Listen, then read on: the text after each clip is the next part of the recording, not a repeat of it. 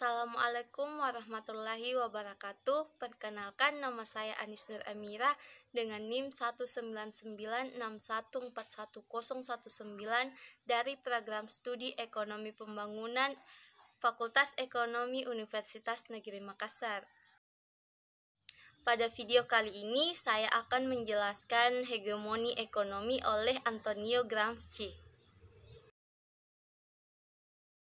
Teori hegemoni. Teori hegemoni merupakan gagasan dari seorang filsuf Italia yang bernama Antonio Gramsci pada tahun 1891 sampai 1937.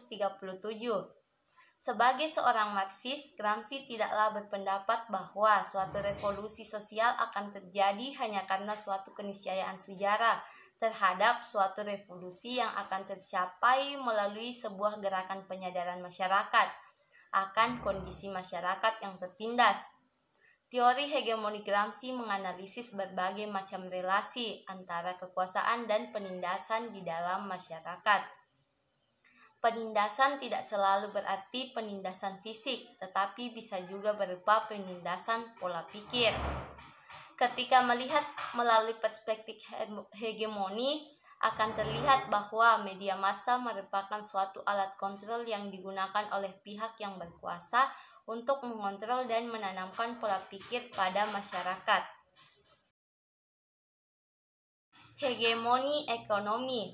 Dalam buku Grants of the Theory of Hegemony pada tahun 1975 ditulis bahwa konsep hegemoni sebenarnya sangat sederhana. Artinya kepemimpinan politik berdasarkan persetujuan dari yang dipimpin, persetujuan yang dijamin oleh penyebab dan mempopulerkan undang-undang di dunia khas penguasa. Terdapat 3 batasan konseptualisme. Yang pertama, ekonomi digunakan untuk menggantikan mode of production yang paling dominan dalam sebuah masyarakat.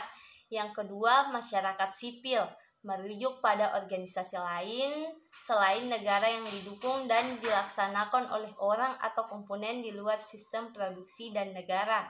Yang ketiga, masyarakat politik, tempat berlangsungnya birokrasi negara dan tempat munculnya praktik kekerasan negara. Selanjutnya yaitu 3 tingkatan hegemoni. Yang pertama, hegemoni total. Hegemoni total ditandai dengan adanya afiliasi massa yang mendekati totalitas, di mana negara memperlihatkan tingkat kesatuan moral dan intelektual yang kokoh.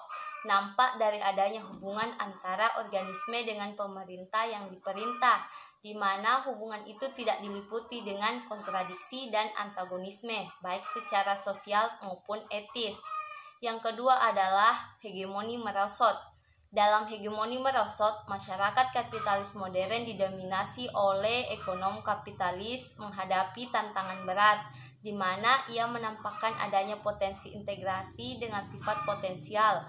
Dimaksudkan bahwa disintegrasi itu tampak dalam konflik yang tersembunyi di bawah permukaan kenyataan sosial. Itu artinya sekalipun sistem yang ada telah mencapai kebutuhan atau sasarannya, namun mentalitas bangsa tidak sungguh-sungguh selaras dengan pemikiran dominan dari subjek hegemoni.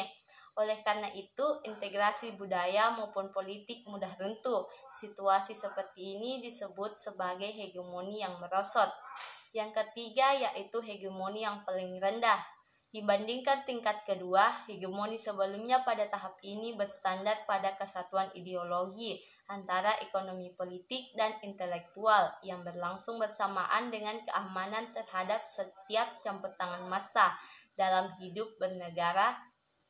Disinilah kelompok ekonomis tidak mau menyesuaikan kepentingan dan aspirasi mereka dengan kelompok lain dalam masyarakat. Kelompok ini mempertahankan peraturan melalui transformasi penyataan para pemimpin budaya politik, sosial maupun ekonomi yang secara potensial bertentangan dengan negara baru yang dicita-citakan oleh kelompok ekonomi hegemonis. Demikian penjelasan materi pada video kali ini. Kurang dan lebihnya mohon dimaafkan. Wassalamualaikum warahmatullahi wabarakatuh.